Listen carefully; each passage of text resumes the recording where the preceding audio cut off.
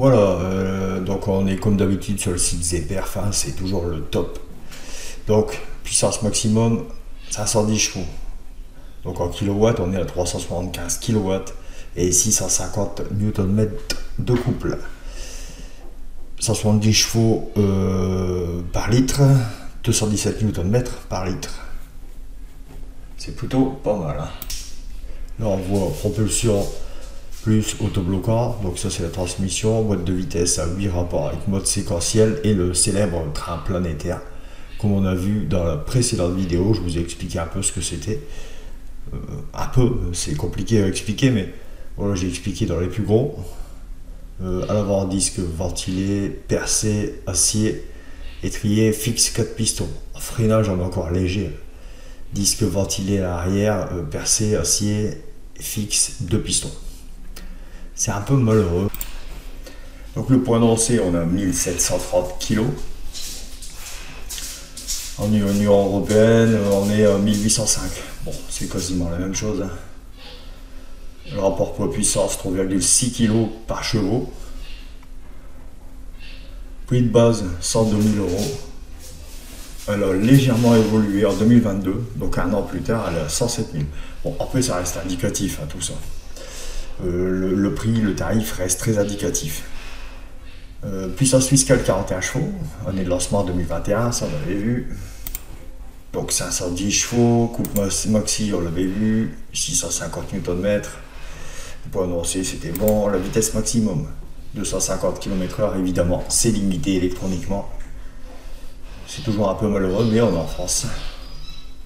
On va aller se voir un peu l'occasion. Voilà, direction la centrale. On était à 102 000 € de prix de départ. Donc là, on est à 97 000, 89 000.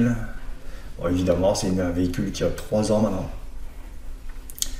Ça n'a pas baissé fou. On va regarder un peu. On va regarder la moins chère, donc c'est là. Pour voir ce que ça nous dit. 30 000 km. Voilà, vraiment propre.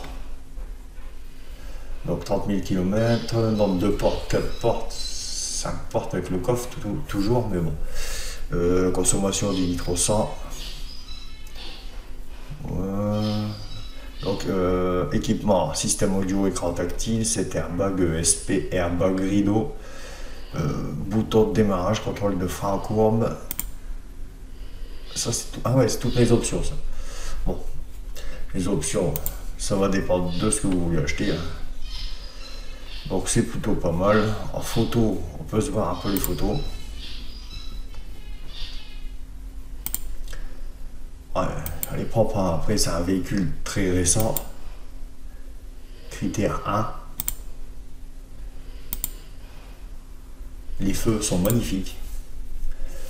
C'est tout carbone. Ouais, c'est pas mal. Beaucoup de touches carbone. Les écopes de pare-choc avant, carbone. Sièges baquets, ils sont magnifiques, ils sont juste magnifiques les sièges. Alors, même à l'arrière, c'est plutôt pas mal. L'intérieur, cuir blanc et carbone et noir. Alors si je ne me trompe pas, c'est cuir blanc, carbone et alcantara. Ouais. Console carbone avec le petit M3 compétition. Ah, le dos des sièges baquets carbone, c'est magnifique. Ah, je crois que je montrerai personne derrière, histoire d'avoir peur de les abîmer. Ah, elle est pas mal. Alors, tableau de bord. Il est intéressant. Il n'est pas très moderne. Je le trouve pas en termes de forme. Et il y a bien le cockpit. L'autoradio sur le côté avec les caméras de recul, tout ça. Niveau forme, je le trouve pas très moderne. On va passer là aux critères. Qu'est-ce que ça dit en termes de critères? On est en critère 1. Voilà. Un petit launch pour voir un peu ce qu'elle a. C'est parti.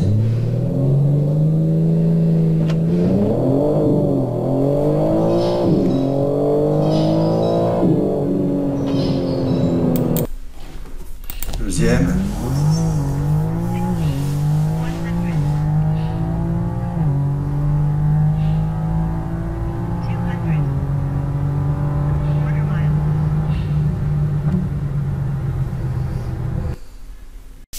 On a vu ensemble la BMW M3 G80. Alors j'espère que ça vous a plu. Je suis chaud pour faire la M4 compétition. Donc là c'est la M3 compétition. Je suis chaud pour faire la M4 compétition. Vous devez laissez-moi en commentaire si vous êtes intéressé. Allez, salut!